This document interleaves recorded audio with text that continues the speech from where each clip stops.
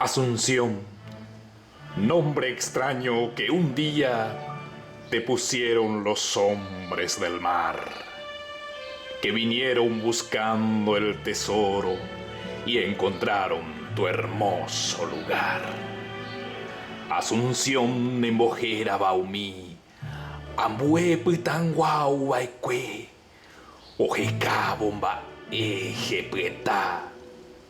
Aoyuju tenda ponainte. Un refugio, un amparo les diste a los hijos del reino invasor, que clavaron su espada en tu seno y te dieron el nombre Asunción. Oguajeo petu ojeshavo.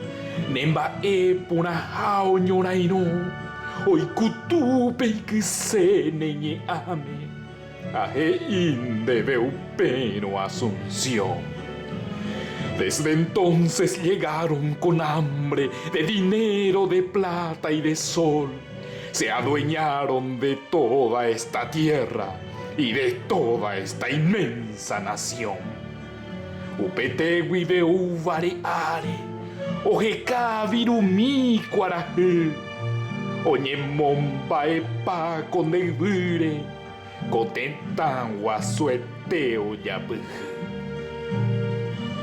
Asunción era un sitio sagrado, de animales, de plantas sin fin, de colinas, de ríos y arroyos, de espesura y hermoso jardín.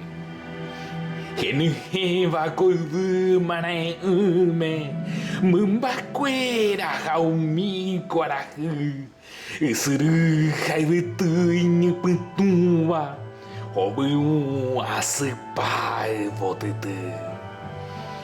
Es por eso que sigue tu nombre con el mismo sonido en la pronunciando las sílabas todas, te decimos el Paraguay.